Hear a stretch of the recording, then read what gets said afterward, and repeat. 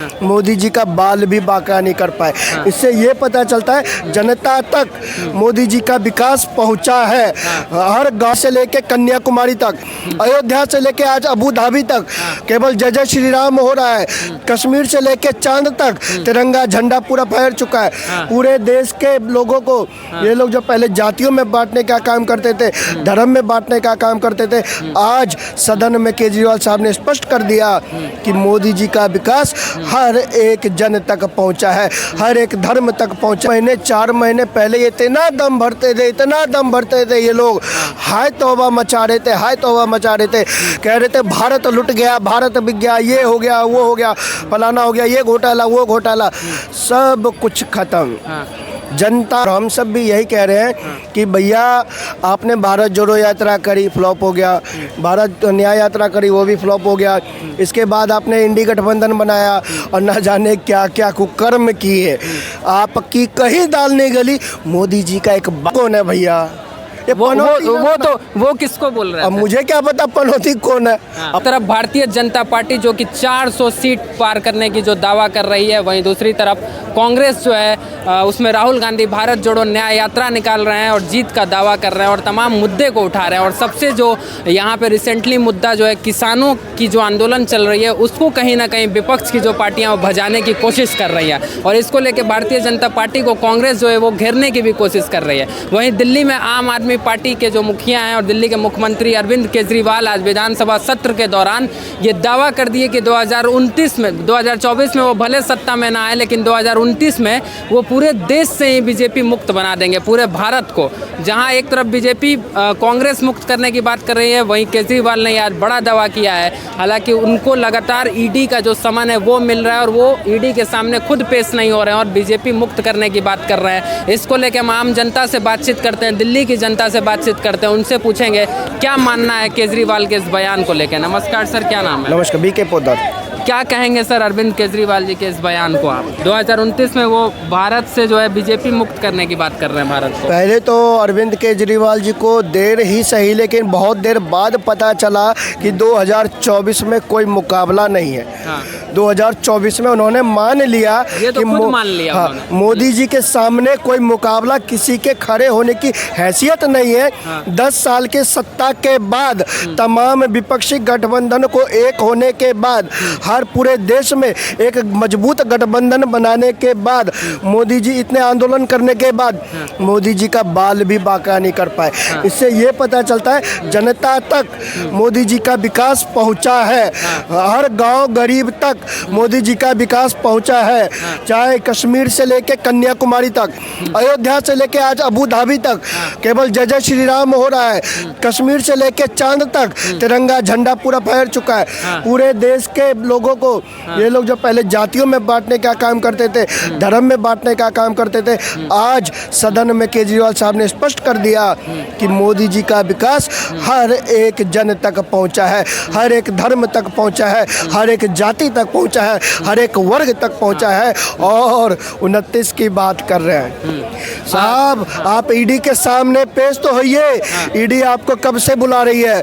यहाँ तक कि आम आदमी पार्टी के कार्यकर्ता ही बोल रहे हैं कि भैया 2025 तक हो सकता है आम आदमी पार्टी ही समाप्त हो जाए, आम आदमी पार्टी ही खत्म हो जाए, क्योंकि जितने लोग हैं सब के सब कांग्रेस में जाने के लिए तैयार बैठे हैं। और कांग्रेस अच्छा, एक यहाँ पे बड़ा सवाल ये निकलता है कि इंडिया अलायंस का जो गठबंधन हुआ है तो उसमें सारी पार्टी आम आदमी पार्टी भी है। इसका मतलब कि कहीं ना कहीं आम आदमी पार्टी जो है वो खुद कांग्रेस को कमजोर मान रही है, तभी तो 2029 में वो खुद दावा कर रही है कि हम आएंगे और बीजेपी को मुक्त करेंगे। तो कहीं ना कहीं आपस में ही जो फूट है वो पड़ चुका है, क्योंकि नीतीश कुमार भी एनडीए के साथ सरकार बना लिया बिहार में। क्या लगता है आपको? 3 महीने 4 महीने पहले ये इतना दम भरते थे, इतना दम भरते थे ये लोग, हाय तौबा मचा रहे थे, हाय तौबा मचा रहे थे। कह रहे थे भारत लुट गया, भारत बिक गया, ये हो गया, वो हो गया, फलाना हो गया, ये घोटाला, वो घोटाला, सब कुछ खत्म। जनता ने इनके मुंह पे ऐसा तमाचा मारा है, ऐसा तमाचा मारा है, इनको सदियों सदियों तक याद रहेगा। अरे साहब, आप 2029 की बात कर रहे हो, मोदी जी को आप क्या, मोदी जी के बाद हमारे योगी जी तैयार बैठे हैं। देश को परम वैभव पर पहुंचाना है, भारत को विकसित राष्ट्र बनाना है। जब तक भारत अब विकसित राष्ट्र नहीं बनेगा, कोई भी भ्रष्टाचारी सत्ता के सिंहासन पर काबिज नहीं होगा। और इसलिए तो कहते हैं कि राम भक्त ही राज करेगा सत्ता के सिंहासन पर, ये स्पष्ट है, ये तय है। अच्छा, हमारे देश में किस जवानों का जितना महत्व है उतना ही किसानों का भी है, लेकिन 2020 में भी जो तस्वीरें देखने को मिली, किसान सड़क पे थे और अभी भी किसान जो सड़क पे आंदोलन कर रहे हैं, और इसी मुद्दा को विपक्ष भजा रही है कि किसानों अन्नदाता के साथ आतंकवादियों जैसा सलूक कर रही है भारतीय जनता पार्टी। देखिए, जनता तो ये भी कह रही है और हम सब भी यही कह रहे हैं कि भैया आपने भारत जोड़ो यात्रा करी, फ्लॉप हो गया, भारत न्याय यात्रा करी, वो भी फ्लॉप हो गया, इसके बाद आपने इंडी गठबंधन बनाया और न जाने क्या क्या कुकर्म किए, आपकी कहीं दाल नहीं गली, मोदी जी का एक बाल भी बाका नहीं कर पाए।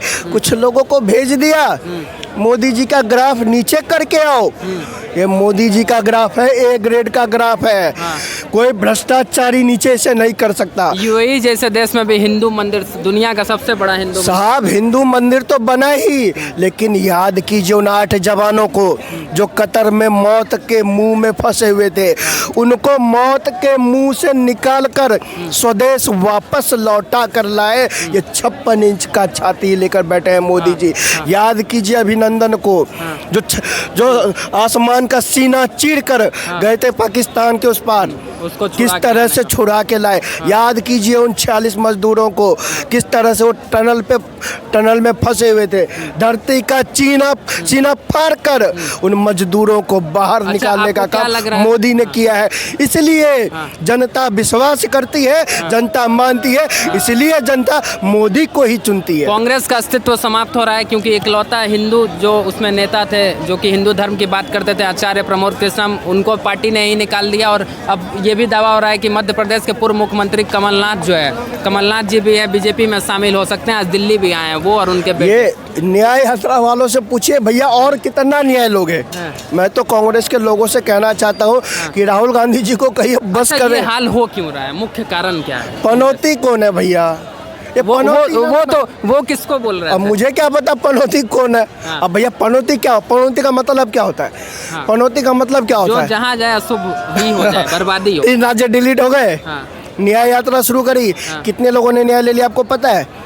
पहले दिन महाराष्ट्र के नेताओं ने न्याय ले लिया, बंगाल घुसे तो ममता दीदी ने उनको ब्लॉक कर दिया, झारखंड घुसे हेमंत सोरेन अंदर हो गए, बिहार गए नीतीश चच्चा पलटी मार गए, अब मध्य प्रदेश जाने वाले हैं तो बाप बेटे पलटी मारने वाले हैं। तो भैया और कितना लोग न्याय, कौन है पनौती, ये पूछ लीजिए। जी बिल्कुल, बहुत धन्यवाद।